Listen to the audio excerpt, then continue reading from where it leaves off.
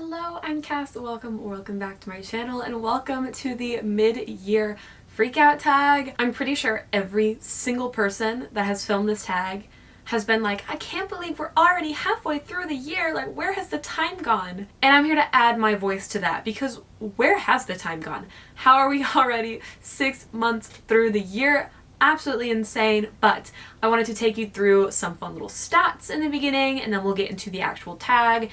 And then there's some bonus questions at the end as well that another booktuber created. So I thought I'd do kind of the expanded version of the mid-year freakout tag.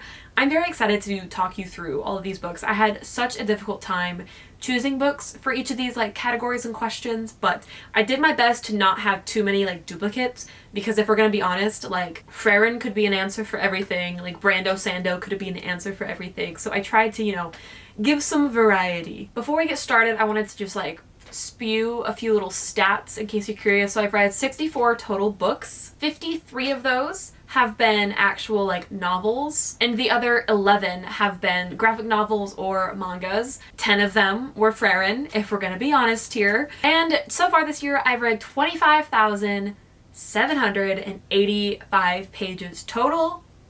That's kind of a lot. Now, out of those 64 books though, 40 have been new reads, 24 have been rereads. So I know I need to get better about my rereading habit.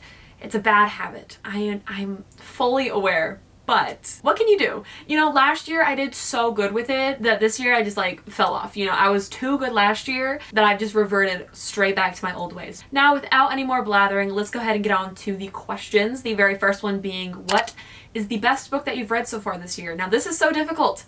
This is so difficult because I've read so many amazing books. I was able to pare it down to 3, which is like not the correct way to do this, but it's fine.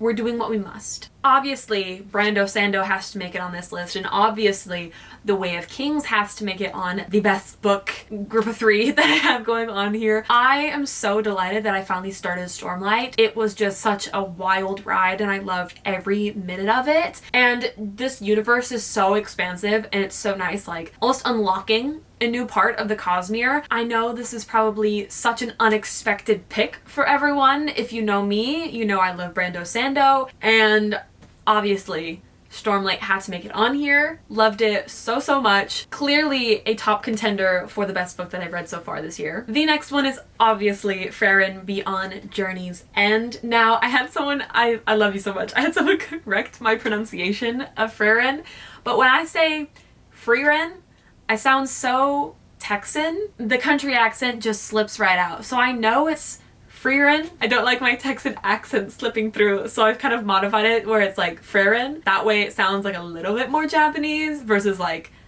a Texan trying to say words. So Frerin, obviously, I love it so much. This has been my favorite anime. It has become my favorite anime. I want to reread this like immediately after I finished the 10 volumes. I'm so excited for volume 11 to come out and for it to be translated. I've had a blast with this series. It's a cozy fantasy, I would describe it as, because yes, they go on all these adventures and there are a lot of like adventurous plots. They go on a lot of side quests. They have this eventual goal and place that they're traveling to, but in the meantime, they've kind of just been like moseying along doing side quests.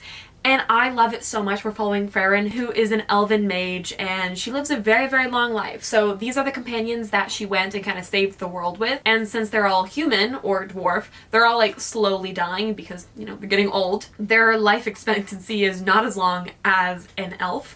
So she kind of wants to now understand humans and really like connect with them. So she's on another journey with an apprentice named Fern and a warrior named Stark. I love their trio so much. We've also had so many fun side characters that I hope will crop up again. I love that I get to read the series as it comes out, but I also hate it because I want so many more volumes. Easily, hands down, my favorite manga ever. I will recommend this forever and ever. And I have one more on my list of like favorites. I know, I'm so sorry. I'll briefly talk about this one, and that is Funny Story by Emily Henry.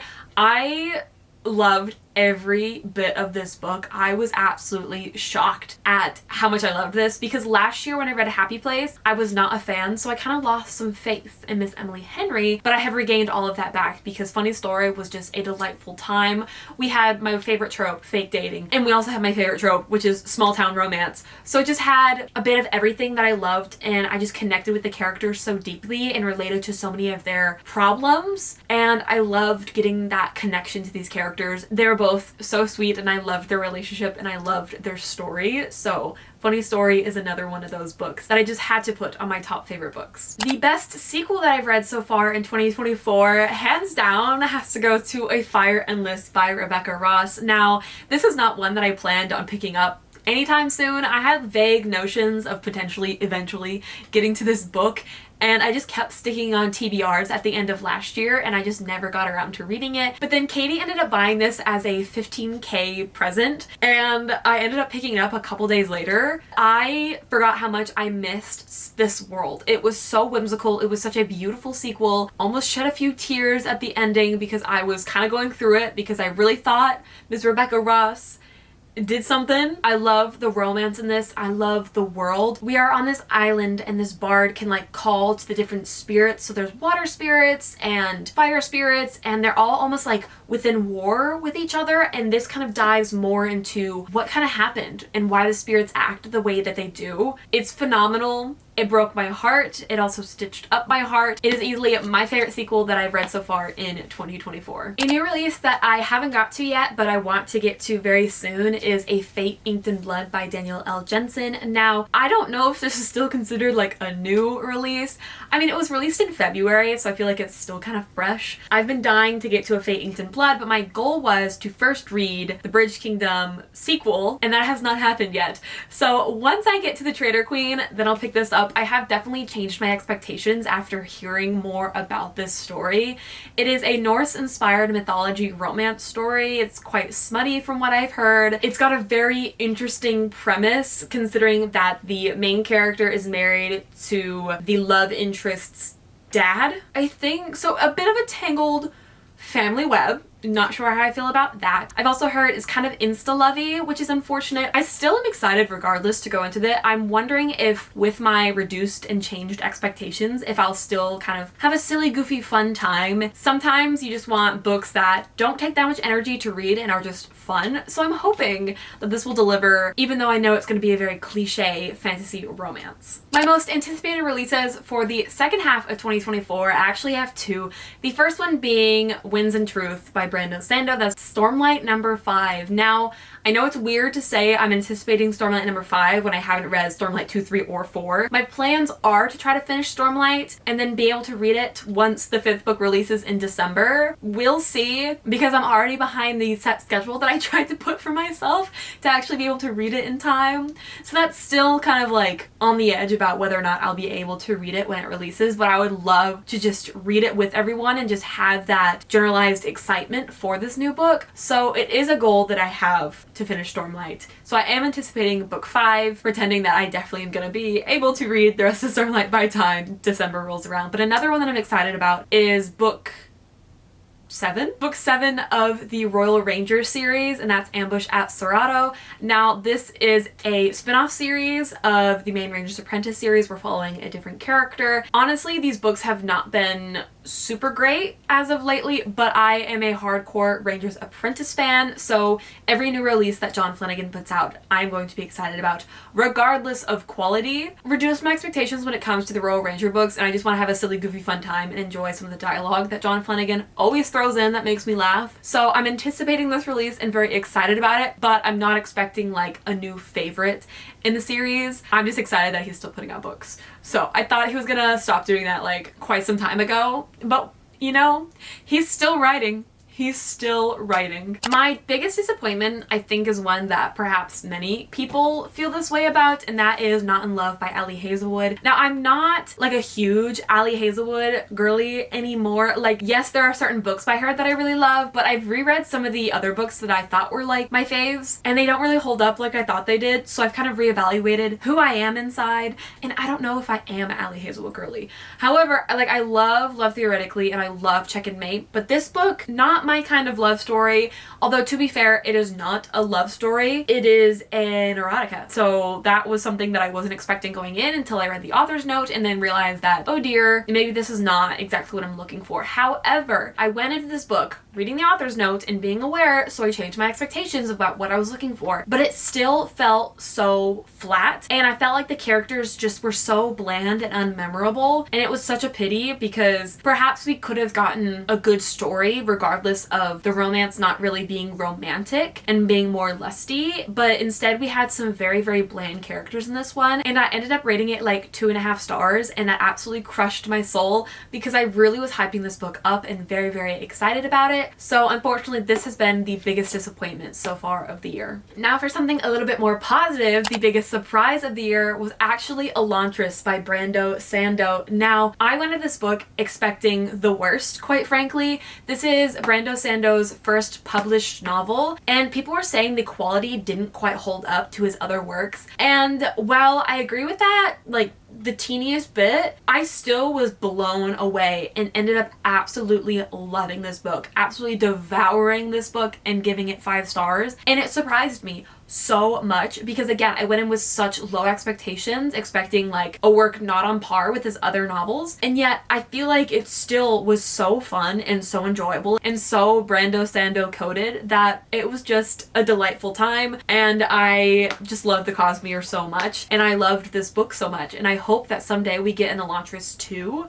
I know that's like vaguely in the works, but that man writes so many novels, I don't even know what his plans are anymore. But this was the biggest surprise of the year so far. My new favorite author that's like new to me is probably Abby Jimenez. I read her Part of Your World trilogy and I really, really loved her as a romance writer. So she's kind of been added to my list of romance authors that I'll read new releases from. So the list just keeps getting longer. Abby Jimenez is definitely up there because I adored all 3 in that trilogy, and yeah, I just had a delightful time with her writing and how she handled certain topics. Yes, she writes romance books that are pretty fluffy and light, but they also have very deep topics that these characters go through, but the way that she handles executing those things feels so real and authentic and doesn't feel like she's just throwing it in for the sake of throwing it in. Like, she truly does the research and truly makes these characters like grow and have an actual arc where they either get over it or learn how to manage certain things, and it's just so beautifully done, and her characters are so, oh, they feel so real and they're so wonderful, and I love them all so much. My newest favorite character has to be Kaladin from Stormlight. My man Kaladin, he is just going through it. He is so depressed, and yet he has that resilient will and just that ability to like motivate people around him,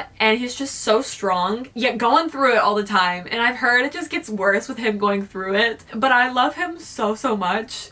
So I can't wait to read more of Stormlight to, you know, get inside Kaladin's head a bit more. A book that made me cry. Now, this book actually made me sob my eyes out. Like, I was going through it so much.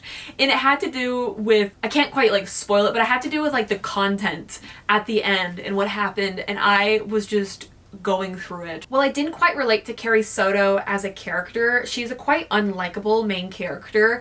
You can definitely empathize with her though, and I grew up doing sports, and just seeing a competitive athlete and seeing this literary fiction like be about an athlete was just so, like, I felt it on so many levels. And just the ending about, I can't spoil it, but something happens in her family and it broke my soul. I read this all in one sitting, and I was like, it was like 3 in the morning and I was sobbing my eyes out. Like, thinking about it still makes me sad and like it hurts. But yeah, this is a book that made me cry. I really enjoyed it. It was a solid read, not like a new favorite, but it put me through the emotional ringer, so do with that information what you will. For a book that made me happy, I have like 3 because I enjoyed them for like various reasons. The first one being Abby Jimenez, Just for the Summer. This book made me so happy. This is the first book that I've annotated this year. I forgot how much that I enjoyed annotating romances, and just getting to really slow down and like absorb the characters, the dialogue, and the decisions, and really like write my thoughts out while reading was just such a wonderful experience. And this book's brought me so much joy, even even with the deeper topics and the things that these characters were going through in their lives. It made me so happy though. This was such a fun summer read and I loved the experience. I also have another romance book that I loved that made me happy, and that is ASAP by Axie O. This is a K-pop romance about two idols and their kind of forbidden second chance romance, and it just brought me so much joy to just be like giggling and kicking my feet reading this cute YA romance. And then another book that made me so happy was Yumi and the Nightmare Painter, for the same reason that the other two brought me joy. I loved the romance in this book, and while Brandon Sanderson isn't necessarily a romance author, this is easily one of my favorite romances that he's written. I just adored the dynamic between Yumi and Painter and how different they were as characters, but then what brought them together and their story. This book had so many happy, feel-good moments, while also so many plot twists that made me so happy, because the genius that Brandon Sanderson is to execute the plot twists, phenomenal. I loved it. It made me so happy. The next question is best book to movie adaptation. I've read 0 this year. I literally have not a one, not even one that's like, oh, I guess I could kind of relate it to nothing. So we're moving along. The most beautiful books that I've bought or received this year, I have so many. First, A Fate Inked in Blood. I love this cover so much. I'm such a sucker for Celtic knots and weaponry, and this book just like screamed my name. This is the Fairy Loot edition, and I just had to get my grubby little hands on it. It's so beautiful. Yumi and the Nightmare Painter, the Dragonsteel edition, is just absolutely phenomenal. It's got beautiful end pages, beautiful art throughout, and it's phenomenal. I have the art in this book as my desktop wallpaper, my laptop wallpaper, and my iPad wallpaper, so I'm obsessed with every single image in this book is absolutely phenomenal. This is my little gift to myself for graduating flight attendant training. The other ones are on my shelf behind me that I'm gonna pull off because I didn't want to just like leave them blank, but I have to show them off. My Gonzalez Emporium copies of The Name of the Wind and The Wise Man's Fear. When I got these, I just wanted to scream. They were so beautiful. Like, I didn't even know what to do with myself. I love them so much. So there's The Name of the Wind, and here is The Wise Man's Fear. God, they're absolutely stunning, and I owe it all to Jody because Gonzalez Emporium does not ship to the US, so I paid to have it shipped to her, and then I paid her to have it shipped to me in the US, and they are my favorite things in the world. My other favorite, I mean, the way I took it off the shelf and the shelf is so empty, is my Well Met Afterlight editions. They are absolutely stunning and spectacular and beautiful, and I love them so much. And the fact that she's coming out with a 5th book makes me so happy. So I just gotta show off. This is under the dust jacket. I don't feel like pulling off the dust jackets because I have them kind of propped up in between each one. But I love this shelf so much. It's so pretty. The last question is what books do you need to read by the end of the year? Now, I only really have 2, and they're just 2 books that I picked off of my 2024 TBR, and that is This Is How You Lose the Time War and The Narrow Road Between Desires. I'm not like super pressed if I don't get to these books, but I was like trying to think of books that I potentially wanted to get to, and those 2 came to mind. So those are the original questions from the Bookish Freakout tag, but then Katie Whittruck had some additional questions that I thought I'd go ahead and answer as well. I didn't really need an excuse to talk more about books, but you know, Katie gave me an excuse to talk more about books, so I'm gonna take it and run. The first question is what books do you want to reread this year? Now, you all know that I have a rereading problem, so we don't really have to talk about that, but I am going to be rereading the Mistborn Trilogy Era 1 for the Wyverns and Words book club. It is our very last book club book series, and I am so bloody excited about this because Mistborn has been my favorite series in the Cosmere, and I'm going to have my trusty pen and my trusty tabs, and I'm going to annotate it, and I am so excited to relive the experience that I had because when I read these for the first time last year, amazing, incredible, peak reading, honestly. So I'm so excited that I'm going to reread these yet again, and I also am going to reread the Well Met series probably come August. I have already reread them this year, but we don't have to talk about it. We do not have to talk about it. I love Well Met so much. It is a Renaissance romance series, and they each follow different characters. And I'm such a sucker for it. Everybody knows this. They're perfect for summer. They are perfect for summer, y'all. If you need a summer reading rec, Well Met series by Jen DeLuca, hands down. My favorite author so far this year, I'm assuming this doesn't include new authors because we talked about Abby Jimenez earlier, Brando Sando. Brando Sando, are we surprised? I'm pretty sure I said Brando Sando last year. My new favorite author is definitely Brandon Sanderson, hands down, because that was a new author for me last year, but we're still going strong with Brando Sando this year. A little less strong though, because I haven't really been in the fantasy mood because it's summer now. So I kind of had to take a pause from the fantasy. Fear not, we shall be back on the Brando Sando grind. I want to catch up with the Cosmere. It's been so fun. So obviously Brandon Sanderson. Books you've been putting off. This is so funny. So you know Stormlight? You know that, kind of underground series that no one really talks about? Yeah, I've really been putting that series off.